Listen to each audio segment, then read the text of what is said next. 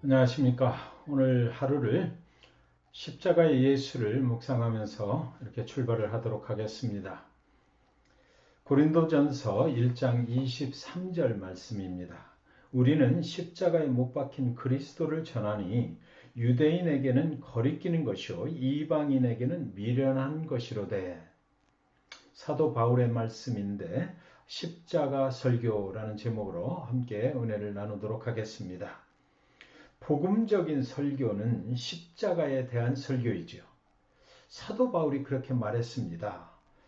1장 17절에 보면 그리스도께서 나를 보내심은 침례를 베풀게 하려 하심이 아니요 오직 복음을 전하게 하려 하심이로되 말의 지혜로 하지 아니함은 그리스도의 십자가가 헛되지 않게 하려 함이라. 십자가의 도가 멸망하는 자들에게는 미련한 것이요 구원을 받는 우리에게는 하나님의 능력이라. 아멘입니다. 사도 바울의 설교의 심장은, 그 핵심은 언제나 십자가였습니다. 십자가는 하나님의 공의, 그리고 또 하나님의 심판, 그리고 또 하나님의 사랑과 하나님의 말씀의 지혜를 포함하고 있는 것입니다. 세상 사람들은 십자가를 뭐라고 말합니까? 유대인에게는 거리끼는 것이요 이방인에게는 미련한 것이로되. 십자가는 예수를 믿지 않는 사람들이 싫어하는 것이지요. 거리끼는 것입니다. 그들에게는 미련하게 보이는 것이 바로 십자가예요. 2000년 전 십자가에서 죽으신 예수는 그들에게 실패한 한 인간에 불과했던 것입니다. 로마 시대의 십자가는 가장 수치스러운 처형의 도구였지 않습니까?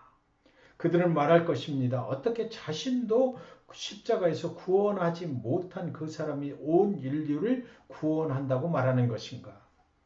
여러분, 정말 세상에 소망이 있습니까? 세상은 온통 죄악으로 가득합니다. 모든 피조물들이 고통 속에 있어요. 세상은 지금 전쟁이 진행 중입니다. 전쟁 속에서 사람들은 마치 지옥과 같다고 외치고 있습니다. 수많은 사람들이 소망도 없이 살다가 그냥 죽음으로 끝나버리는 그런 인생을 맞이하고 있는 것입니다. 인간의 문제는 지식이나 재물이나 명예나 철학이나 군사력이나 어떤 사상으로 해결되는 것이 절대 아니지요. 인간의 진정한 문제는 죄에 있기 때문에 그런 것 가지고는 해결이 안 되는 것입니다. 그렇다면 죄의 문제를 근본적으로 어떻게 해결할 수 있을까요? 그것은 이 세상을 만드시고 인간을 만드신 하나님만이 해결할 수 있는 능력을 가지고 계신 것입니다. 십자가에서 죄를 범한 노예와 각종 범죄자들과 반역자들이 그 십자가에서 죽임을 당하는 것입니다. 그들이 범한 죄로 인해서 죽임을 당한 것이에요.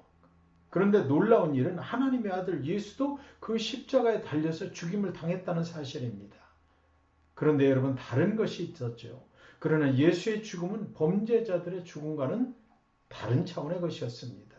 예수는 죄가 없습니다. 예수는 허물도 없습니다. 그런 예수가 이 세상 모든 죄를 대신 지고 십자가에 달려 대신 죽으셨다는 것입니다. 대신 심판을 받은 거예요. 하나님은 그를 통하여 온 인류의 죄를 십자가에서 죽임받게 하신 것입니다. 그렇게 온 인류의 죄를 대신 지고 죽으신 예수를 하나님은 다시 살려내신 거예요. 죄의 문제를 해결하는 길을 열어주시고, 그리고 나서 하나님은 그 예수를 다시 십자가의 죽음으로부터 살려내셨던 것입니다. 여러분, 인간의 가장 큰 문제는 죄인 것은 분명합니다. 세상의 교육이 그 죄를 해결하지 못합니다. 철학도 어떤 사상도 인간의 죄의 문제를 해결할 수가 없어요. 아무리 큰 군사력을 가진 군대라 하더라도 인간의 죄의 문제는 해결하지 못합니다. 교회도 아닙니다. 목회자도 아닙니다. 오직 십자가에서 우리의 죄를 대신 지시고 하나님의 심판의 제물이 되어주신 그 예수 그리스도의 십자가 밖에는 그 죄의 문제를 해결할 사람이 아무도 없다는 것입니다. 십자가의 도가 멸망하는 자들에게는 미련한 것이요 구원을 받는 우리에게는 하나님의 능력이라 그랬어요. 십자가는 세상 믿지 않는 사람들의 눈에는 가장 미련한 것으로 보이지만 하나님의 지극하신 사랑의 증거인 것입니다. 정말 그리스도인이 되면 그러므로 우리는 죄를 미워할 수밖에 없지요. 정말 그리스도인이 되면 우리는 거룩한 삶을 살 수밖에 없게 되는 것입니다. 오늘날 십자가를 믿지 않고도 교회를 다니는 사람들이 얼마나 많이 있는지 몰라요. 교회 찬양 인도자들이 그 SNS에 보니까 자신은 무신론자인데 교회에 가면 예배 찬양을 인도하는 찬양 인도자라고 말했더라고요. 교회는 여러분 정치판이 아닙니다. 교회 강대상이 앞에 정치를 논하는 자들이 왜 그렇게 많은지 모릅니다. 교회는 십자가판이 되어야 합니다. 교회는 사람을 우상화시키는 곳이 아니에요. 예수 그리스도의 십자가 앞에 거룩하게 서는 곳, 그곳이 바로 교회인 것입니다. 사랑하는 여러분, 우리는 지금 고난의 주간을 지나고 있습니다. 십자가 예수가 우리를 향하여 묻고 있지 않습니까? 너희는 정말 나를 믿는가? 예수의 보혈 그 능력의 피가 모든 죄에서 날 자유케 하리. 어느 이름도 모르는 사람이 만든 그 찬양이 이 고난의 주간에 우리의 심장에 울림을 주는 것만 같습니다. 십자가는 말합니다. 죄악에 물든 세상 사람들아 돌아오라. 십자가 앞으로 돌아오라. 사랑이 있고 용서가 있고 영원하고 진정한 참 소망이 있는 십자가 앞으로 돌아오라. 그래서 사도 바울은 뭐라고 말합니까? 우리는 십자가에 못 박힌 그리스도를 전하니, 그렇게 말하는 것입니다. 어느 교회 주일 예배 시간에 찬양이 끝나고 목사님이 강대상에 설교를 하려고 올라섰는데 강대상 앞에 누군가가 노란 쪽지 하나를 붙여놓은 것입니다.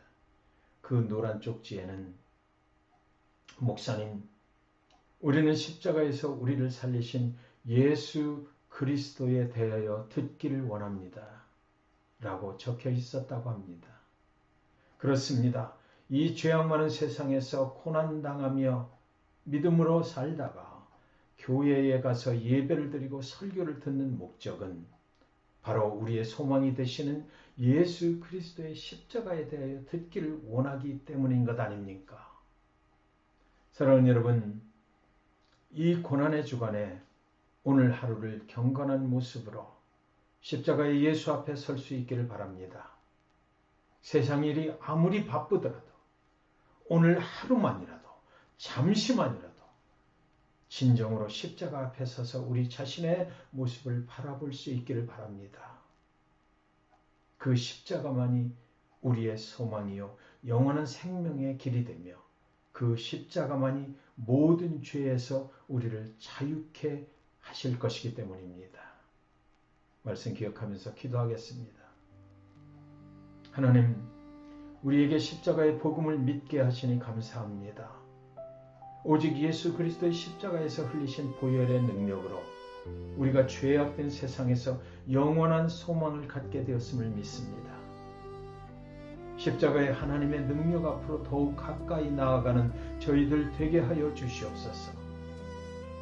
우리의 삶이 지금은 힘들고 어렵고 낭망되는 건 많이 있지만 십자가의 예수를 죽음에서 다시 살리신 부활의 능력이신 하나님을 소망 가운데 믿음으로 바라보게 하여 주시옵소서. 그러므로 오늘 하루를 살아가는 동안 온 세상의 소망이 되시는 십자가의 예수를 우리도 온전히 전하며 살아가게 하여 주시옵소서. 예수님의 이름으로 기도합니다. 아멘.